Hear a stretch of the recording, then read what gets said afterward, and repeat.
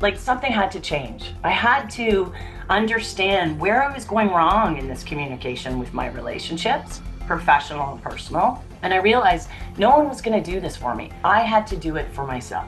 So with the tools that I'm sharing with you today, I essentially moved from the corner of my bedroom to become a top 100 fastest growing company.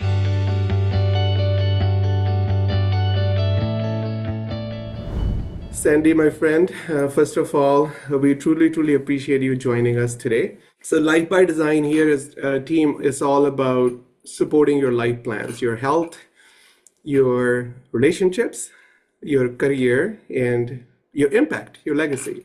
And we cannot make impact, we cannot create legacy, we cannot build authentic, meaningful relationships without learning how to communicate effectively. And that's where I'm super excited about Sandy joining us today. She is a professional speaker. She is a certified communication coach. She has won so many awards, and she was a TEDx fellow, I should say now, fellow TEDx speaker.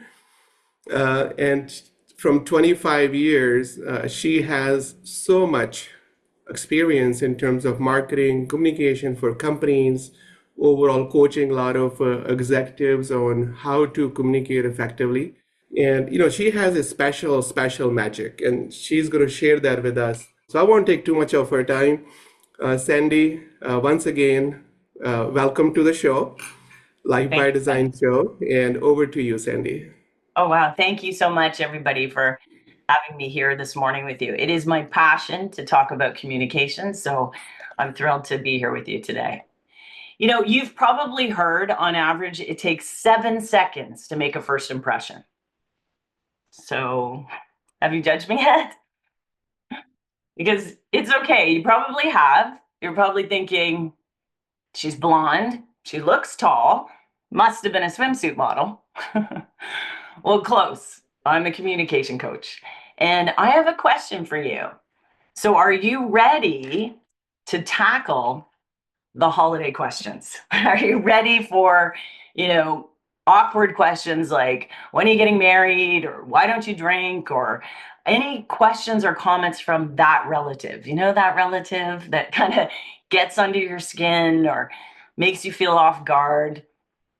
I know you want to just die and leave the conversation. So I know this because I've been there. So about 15 years ago, I'll never forget this. I was sitting at a holiday dinner table and I was faking a smile because essentially I was smelling turkey and cinnamon in the air, but I barely noticed it because I was trying to keep my tears inside. Someone's comment had hit me harder than I wanted to admit, and I had to leave the table. So I rushed to the bathroom, I closed the door, I splashed water on my face, and I looked at myself in the mirror and I said, okay, don't lose it. Don't let them get to you again. And their thoughts were looping in my mind. I felt hurt, I felt small, and I felt triggered. And awkward conversations were happening other places in my life too at that time. I had 2 failed marriages and I had just launched another new business. And I would go to these networking events and I would be so uncomfortable. I know I'm talking about communication, so you're like, yeah, sure. But I was so uncomfortable meeting new people. I would walk into these events and I would find that these people I was just intimidated. They looked so successful. And so I would spend most of my time hiding in the bathroom. And it's very hard to nurture leads from inside a stall. So I realized like something had to change. I had to understand where I was going wrong in this communication with my relationships, professional and personal. And I realized no one was going to do this for me. I had to do it for myself. So I set out on a journey to really learn how to communicate, to connect with people in relationships. And this became my passion. I mean, I kind of coined it my decade of self-development. I read everything I could get my hands on communication, effectiveness, just to be a better person, to be able to connect with people. And I was passionately driven to find the key to successful communication. And so I was, on a mission. I was on a mission. I mean, every day I practiced the 7 habits of highly effective people. I tried to shift from good to great. I made 4 agreements. I blinked and stumbled over the tipping point, and I had a really uncomfortable 4-hour work week. It took deep work. It took grit. It took drive to win friends and influence people. And I ate the frog and I moved the cheese. I mean, I embraced all my superpowers, the power of intention, the power of attraction, and the power of now. I mean, I did it all. And over a period of time, this hard work and this research, it paid off. I grew confident. I would go to these events now and I would enjoy meeting new people, and I would not shy away from difficult conversations. And I would set boundaries. And I already started to enjoy meeting new people. And so very soon after that, I became a certified communication coach. I became, like Sunny said, I'm the professional speaker. I launched and published a new book. That's now in 3 languages around the world. And most importantly, I ignited the most phenomenal love story with the love of my life, a relationship that's been in a marriage that's been 11 years strong. So the results really came from the things that I'm going to share with you today. And not only in my professional life, but also in my personal life. And so, that's what I want for you. But what I realized was I would go to these networking events. And now, after all this research and this work that I did, I would shift the conversation. So I would no longer go, what do I say to this person when I'm meeting them? I shifted to, what can I learn about this person? And as a result of that, I asked memorable questions. I became a better listener, and I actually started enjoying meeting new people. And my network started to grow. And so, it was really essentially what I call becoming magnetic. So with the tools that I'm sharing with you today, I essentially moved from the corner of my bedroom. I used to say I had a bedroom business. I got to be careful about that. It was a marketing consultancy in my bedroom, but I moved from the corner of my bedroom to become a top 100 fastest growing company using the tools that I'm sharing with you today. So I want that for you. And the biggest lesson I learned is that it really comes down to self-communication. It comes down to being prepared for conversations.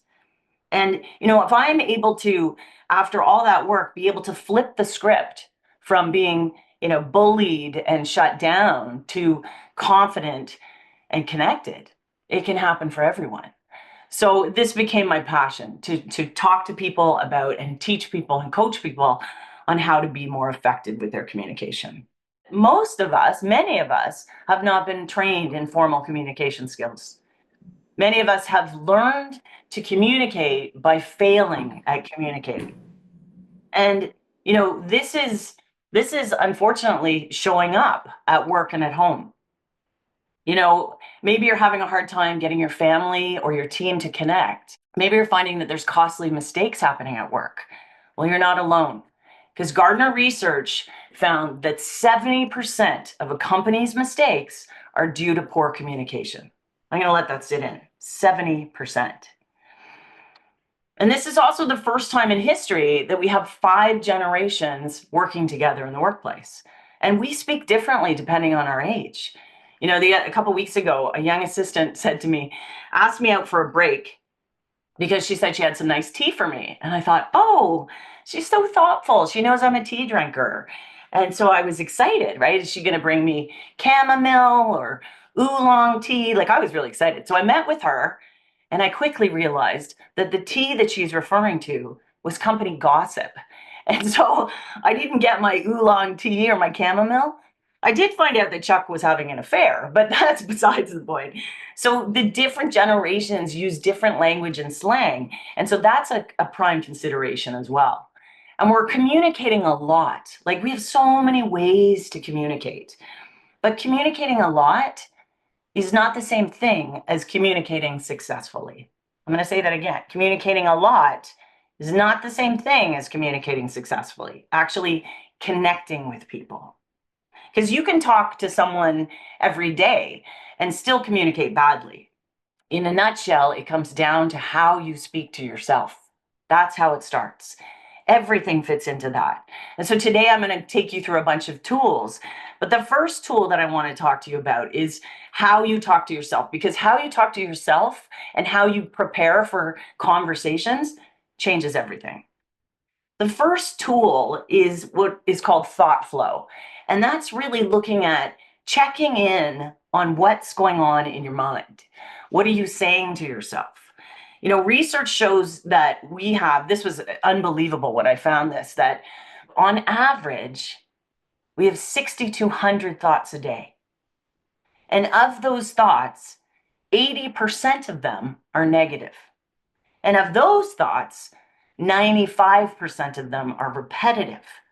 So what that means is you've got this self-critical mental playlist going on in your mind day after day after day. And so you want to be aware of what is positive and negative that's going through your mind, because what's happening inside is reflected outside. So one of the tools that you can use to shift your thought flow into a positive space is called first and last. And this is really about your first thought of the day and your last thought of the day. Now, your first thought of the day, I'm talking about when you first wake up, not even lifting your head off the pillow, not grabbing your phone, just before, just as you wake up, what's that thought that's popping into your brain, into your mind? And so when you switch your thought and you purposely think about something positive as your first thought, so instead of waking up going, oh, it's Monday, or oh, it's going to be a tough day, I got lots to do, you're thinking about what you're going to do, you can change that to, I'm capable and I'm ready. And that will set the trajectory for your entire day. And then the last thought of the day is right before you go to sleep. So if you're doom scrolling or you're talking and thinking about all the things that went wrong, somehow when we put our head on the pillow, our thoughts start going to all the things that happened in the day. So you want to think of your last thought is so critical that it's positive, because it goes into your subconscious and your subconscious works on that thought for you. Many times I'll go to sleep with a question. I'll think, what's my last thought? Okay, I don't know how to solve this problem. So I will just ask a question. How do I solve this issue? And in the morning, I'll wake up with the answer. So the thing is, your subconscious is working and our thought flow is going 24/7. It's always on. So if you use first and last thought, what that becomes is like emotional anchors for your day to keep you positive and calm. So I want you to use this as a tool to help kind of set the tone and manner for your day. And especially during the holidays, because it's crazy, right? Like holidays are emotionally charged time of year for many reasons, and busiest time of the year. So you've got to make sure that it starts first with you. I want to point out a story of when I spiraled one time early in my career. So the very beginning of my career, I was an EA. And one night I sent out an email to the whole company and it had a typo in it. And I know a typo, but it was, to me, it was like the end of the world, right? So I thought, I might as well burn the office down, right? I sent a typo out. And, that evening, once I got home, I just could not let go of that in my thought flow. It was on repeat. Was I going to get fired? Was I, did I look like an idiot? Like all these terrible shame driven feelings were coming from a simple typo. And it wasn't only just the evening. I mean, I barely slept. I showed up the next day, a messy, foggy mess. And, I was making mistakes at work and there was misunderstandings and it was all starting to spiral. And I remember thinking, okay, like this is crazy. Like I can't have this consume me so much. It's affecting my day. I'm starting to make mistakes. So I took a breather and I stepped back and I said to myself, what's something that I did well today? Well, I showed up at the office, that's a win. And so just having that one conversation with myself shifted my thought flow into a positive state. And shortly after lunch, I was back to normal. I was nailing my work calls and I was having fun with my colleagues. So the power of this experience for me was that it really I realized how much our internal conversations, our internal communication affects external communication. I mean, you have to think about that. Everyone on this call right now has stuff going on in their mind about things they got to do and what's happening and all sorts of things going on in their life. In fact, I'm constantly reminding myself that every single person is going through something at this very moment and to have that empathy for others. So, the point of this whole typo example is that it's not how big the mistake is. It's not the typo that affected my day negatively. It was my thought flow. It was how I thought about myself because of that. So, being very mindful of what we're saying to ourselves, absolutely critical. And so I want to ask you, think for yourself. If you think about your thought flow like a river, have you got, what's in it, right? Is it flowing calmly? Is it like eddies happening everywhere and it's rapids or they're big rocks blocking things because they're looping? Remember that 95% thoughts that are negative looping in your brain. So are you focused on intention and gratitude and that will keep you in a positive thought flow, or are you focused on judgment, fear, and self-doubt, which would have a big block in your thought flow and continually loop? So being mindful of that is the first step, and it will help you with your communication. The other tool, I love sharing this tool because I share it with all my employees and people that I've worked with over the years, and I call it the wins folder. And essentially, for those tough days, what I want you to do is create a folder in your email and on your computer. And basically, anytime you get an accolade or you've got a win, something that you're proud that you've accomplished or diffused or helped with, put that in your wins folder. And even like for performance reviews, this is perfect if you have a wins folder because you just pull it up and you're like, these are all the things I've done. So with your wins folder, if you're having a bad or low day, you can go into your wins folder and remind yourself of what you've accomplished and your successes, and it shifts your mind flow. It shifts your thought flow into a positive state.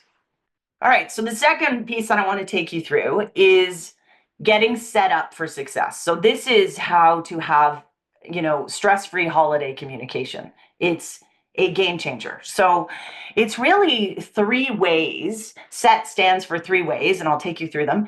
But it's 3 ways to be prepared, calm, and confident for the holidays and to really set yourself up for success.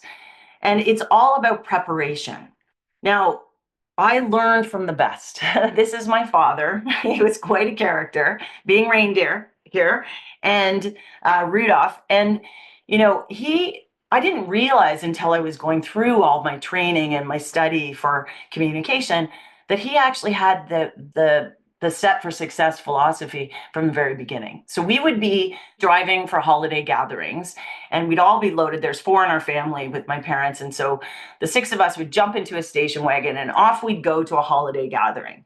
And on the way there, without fail, my father would always turn to my mom and say, okay, what are their kids' names again?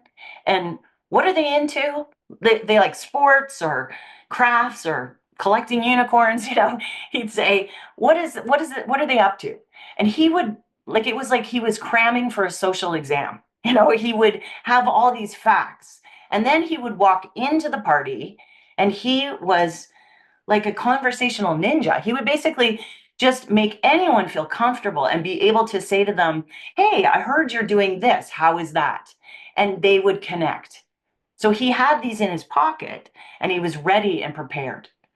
So let's jump into what SET stands for. The first SET stands for stories. So think of these as your little connection nuggets, right? You want to have a couple little stories in your pocket that you can share with people, because why are stories important? Stories are important because they create connection. We want to relate to people.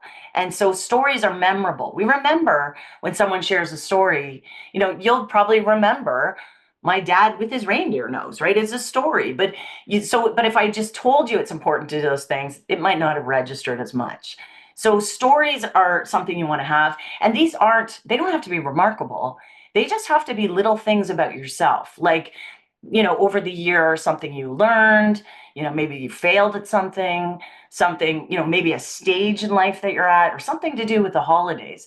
A story is a great way to break the ice with people and to be prepared and have that conversation. The second thing is to look at experiences, and this is shared experiences. Now, this is a way where people can say, hey, I relate to that. I also went through that, or this was my version of that. It's kind of a me too moment that people have. And so you want to think about what's an experience that you had that, is that you want to share. Something that maybe you're doing in the holidays, or maybe you just finished watching a Netflix. I mean, one of the easiest questions to ask people if there's no one talking, what's someone watching on Netflix these days? Right? It's a question where they basically will take you down a certain path, and someone at that table will say, "Oh, I saw that preview," or "Oh yeah, I watched that." So it really doesn't have to be remarkable, doesn't have to be flashy. It's just a shared experience. And so these are the things to have in your pocket, and the key is to prepare them before you walk in. So I'm not talking TED Talk style, right? You're not getting in front of the mirror and practicing the story and the experience, but you have them in your pocket so that every time I go to an event, I have them in my pocket. And it's relevant to the people that I'm going to meet there. It's like showing up today. I had stories that are relevant to what I'm sharing with you today. So you don't just walk into an experience like that, because what happens is you're now prepared. You build this confidence in you because you have something to share. And more importantly, a way to connect with people. Now, the next one is the doozy, right? This is the holiday chaotic mess that we find ourselves in sometimes, and that's triggers. And we get triggered because of, past family dynamics, or scared of meeting new people, or all sorts of reasons. But there are 3 ways that you can handle triggers and respond to them. So the first is humor. Like, humor is, and that isn't a typo. I mean, clear typos are kind of a thing with me now, but that's how we spell humor in Canada. But the key is humor is a brilliant deflector. So if someone's asking you a difficult question or something, you can turn it around with a humorous response. And it settles the conversation a bit. Okay, they don't really want to talk about it. They're making it kind of funny. It's not so awkward after that. So you can find different responses to them. And obviously it will match your personality. You're not going to come out with this if this isn't fitting with you. But you can find a humorous way to do that. Saying like, why don't you drink? Oh, do you have like 6 days to talk about that right now? No, I don't, right? So those kinds of things. So humor is always a go-to. The second is boundaries, setting your boundary for these people. So you are clear, look, I'm driving this conversation now. This is where it's a redirect, right? So basically you're saying, oh, okay, yeah, let's chat about that another time. It's a bit too beefy for over turkey. So those are the kinds of things that you want to put in place, is boundaries. And it's okay to say these things. And what will happen is most people they'll get the signal and change the topic. And it's not awkward because you've put a boundary in place. The third is one of my most used, and this is a little more, it's not sneaky, but it's more effective and not used as much. Some people shy away from it, but it's the flip back. And that's basically when you take the question and you flip it back to the person in a nice way. So if they're asking you a question that you don't want to answer, then ask them back a question, right? So they'd say, you don't have kids yet. You go, why do you ask? And what happens is the person feels, oh, I might have overstepped, or, oh, I don't think they want to have a conversation, and they will soften their tone. So those are 3 ways that once you have these things in place and you're set for success, you have your stories, you have your experiences, and you have your trigger responses, you're walking into a gathering with that confidence that, okay, you're not thinking about, oh, what do I say if I don't remember that person's name, because you've thought through that before you stepped in. Another tool here, one of my favorites, this is one of my popular courses, connection cues. Now, this is nonverbal communication. So nonverbal communication, in the first 4 minutes of meeting someone, nonverbal communication accounts for more than half of all contact. And here's the secret that people don't know. You can pick up on what people are feeling and not saying through their body language. Our nonverbal communication, it happens instinctively, not even consciously. So you, me, we are always giving and receiving strong signals with our gestures, our expressions, and our hand positions. So these signals, well, they can build trust, they can put people at ease, and like a magnet, they can attract people towards you. Or they can repel people from you, they can confuse them, and they can undermine what you're trying to say. So the way you look, listen, move, and react, it tells your listener whether you care, whether you're listening, and whether you can be trusted. So, sometimes your body language, like what you say and what your body says, they may be two totally different things. Like if your words say one thing, but your body language says something else, they're not going to believe or trust you. Like, so if you ever found yourself asking your partner, they look upset, and you ask them if they're okay, if they're upset, and they cross their arms and they say, "I'm fine." And you're like, okay, that doesn't connect. So it's really important to start watching and looking for these connection cues. And what I'm saying here is look at how your content, your communication is landing with people. How are they reacting to what you're saying? We're so focused on what to say instead of looking at what can I learn about people and how is my content being absorbed? How is it landing with people? So, because we're always communicating, whether when we're silent, subconsciously, even by the way we show up on Zoom. I'm always amazed at people that turn their camera off on Zoom because it's a surefire way to communicate that you're disinterested, you're distracted, or both. I mean, I get it, right? I mean, you may have a bad hair day, you may have kids in the background, maybe you don't want people to know you're binging holiday movies. Like, there's reasons. But when you turn your camera on, remember, people can see your nonverbal, and that's more than half of all contact.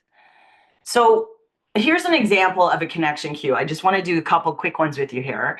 When you see someone put their hand or their finger over their mouth, ask yourself what that might mean. Because maybe it means that they're interested or that they're, bored.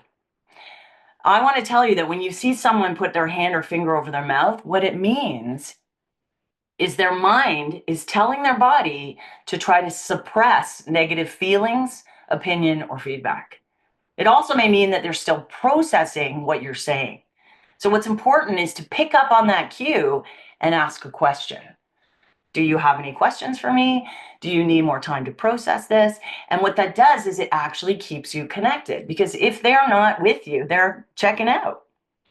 Let's do another one. Everyone put your hands up like a peace sign, and then you put them together, your fingers together, and now put them up the side of your face with your thumb underneath your chin. Now, this is a communication cue, a connection cue you see in offices and in meetings often. You can put your hands down now if you've got them up. And so I want you to ask yourself, what does this mean, right? When you see someone who does this. Well, when you see this, typically your listener has checked out. They're doing this, but they're thinking, kill me. I want out of this conversation. So essentially they have moved on and they're just trying to be polite. And so what you want to do here is stop talking, and you want to ask a question and shift the engagement. Now, like, there are tons of cues, but the key here is to be curious. Like, obviously one cue doesn't tell the whole story, but it gives you a signal. It gives you a cue. So be curious and look, like, are their arms open and their positioning is open and receptive, or are their arms crossed and closed off a bit? Are their hands by their side? Are they fidgeting? Are their toes pointed at the door because they want to escape your conversation? And by the way, that's a real thing. When you look at someone's toes and feet where they're pointed, that's subconsciously where they want to go. So now all of you are going to be looking at people's feet over the holiday. One really cool trick that I learned in networking as well is the power of E. So if you're a little uncomfortable meeting new people, or maybe you have a resting cranky face, you can pretend you're saying E, so E, but without actually saying it. Don't say it, that would be super weird. But you say E, and all of a sudden your face becomes more friendly and approachable. So that's a secret that, when you're walking into an event and you're a little uncomfortable, just remember the power of E. Lots of cues that you can learn. The key here is if you've got an interview or a date or a big meeting coming up, and you want to have an immediate connection with someone, then what you want to do is mirror their gestures and their positioning. So if they're sitting forward, you sit forward. If their arms are crossed, you cross your arms. And what this does is it creates a subconscious connection that you're similar. And after all, we like people who are like us. So it's a very quick way to create an instant rapport. Now, that's just a dose of connection cues. It's fascinating and powerful stuff, eh? I love it. So the last tool that I want to share with you, powerful tool, and this is really how to make yourself magnetic over the holidays, and that's how to start conversations. So that's with third questions. So one of the most effective tools that we have to communicate with people, to make connection, is using questions. So, you can create an immediate connection with someone by just asking a simple question. And what happens is you are shifting your mindset from what do I say? Remember earlier I was sharing, shift from what do I say to this person to what can I learn about this person? And when you make that shift in your mind, it's not about you anymore. It's really about learning about people, and you become very curious. Curiosity is the key here. So what's a third question? A third question is an open-ended question. So it can take the conversation further in any direction. So it's not a question that can be easily answered with a yes or a no. So a third question is not like, how was your day? How was your weekend? Or what do you do? Right? That's not a third question. A third question is more like, what surprised you about the weekend? Or what do you love about your work? Or why did you change from a swimsuit model to a communication coach, right? So a third question, you'll know you asked one when people are excited to answer it. And, I love this quote. I love sharing this quote because it's so true. There are no uninteresting people. They're just disinterested listeners. My husband's always amazed. I go to parties and I leave the room knowing a lot of people just because I'm so curious about what makes them tick and who they are and where they're from. And I can learn so much from people. So this is the key. When research has told us that when we like more people, when we actually go out of our way to like more people, we become more likable ourselves. So, and I saw that in networking. In networking, I saw that most people would stop talking and asking questions after the second question. They'd be like, "Hi, I'm Sandy, and what do you do?" And they'd answer back, "I'm so and so, and this is what I do." And the conversation kind of ended at that point. There's this awkwardness at that point. And so, but when you add in a third question at that point, you ask a provocative third question in the conversation, it takes the conversation much further. And so what happens is the person doesn't just automatically spout out, "Oh, it's good, I'm fine, I'm this, I'm that." They actually have to think about their response. And what happens if you're actively listening to that person and honoring them when you're speaking to them, then what happens is the person feels seen and heard, and your connection is instant. And you end up having these really wonderful, memorable, valuable conversations. And it's all by just asking a third question. So let's go through a couple types of those so I can help you to start asking third questions. So the first is the holiday heroes, and that's basically compliments. You want to give someone a compliment every day, not only because it makes people feel good, it makes you feel good to honor other people. And it's so simple to do, and it builds a connection so quickly. And it's very memorable. I mean, you can probably think of the last time you were complimented and how much that landed with you. So in the holidays, it's super easy. You see someone wearing funny socks or a nice sweater, or, they're all aglow, then comment on it. Let them know that they look great, So that's really a key, easy way to start a conversation with strangers, especially.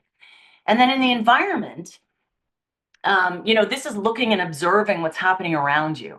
So it's like, oh, the tree is beautiful, or the wreath is this, or the table looks lovely, or like, wow, look how much work went into that. How did they do that? And so you're opening an opportunity for someone to share their point of view on their observation of a shared experience that you're in. So environment is a key piece. Look around where you are and comment on it, and someone else will start having a conversation with you. The third is really one that I use all the time. And I really, really recommend it. If you're comfortable, is start with compliments, work your way down. But feelings, it's sharing how you're feeling. I mean, I'm very authentic. You probably picked up on that.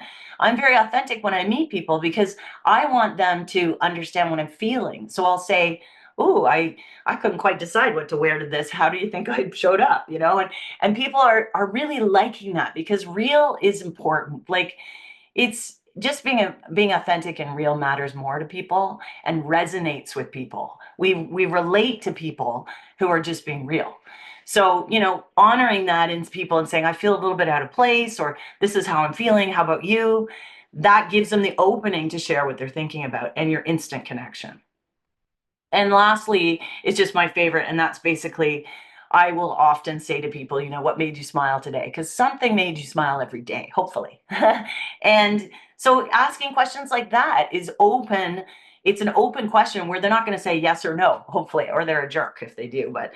And one that I'll say to my husband, even when he comes home from work, I'll never say, how was your day? I mean, we do not use that question in this house. So, and everyone around me in my orbit doesn't use it. I'll say, what's something that surprised you today? Or what was the big buzz at work today? Or, and any other question that they're not going to answer fine, yes or no. So my mentor, Dale Carnegie, he says it best. You can make more friends in 2 months by being interested in others than you can in 2 years trying to get people interested in you. The key here is to be interested, not interesting. You become interesting by being interested in others. So imagine what can happen when you allow curiosity to guide you this holiday season in your communication. Because this isn't just about talking better. This is about seeing and connecting with everyone around you. And, when you start to shift your communication to, look for connection cues, check in on your thought flow, be set up for success with your stories, your experiences, and your triggers, and start using conversation starters, you're going to have this confidence and calm and connection like you've never imagined. So, if your life gets more enjoyable, it gets more exciting when you are communicating with others and when you actually shift to think about how can I make a connection with this person and how can I make them feel seen, heard, and valued. So I want to thank you very much for the time here and wish you a happy holidays. You can connect with me on social or through my site. And Sunny and team, thank you so much for having me. And I just wish all of you happy holidays. Go out and make some connections and have a wonderful end to 2024 and an amazing start to 2025. Thank you so much.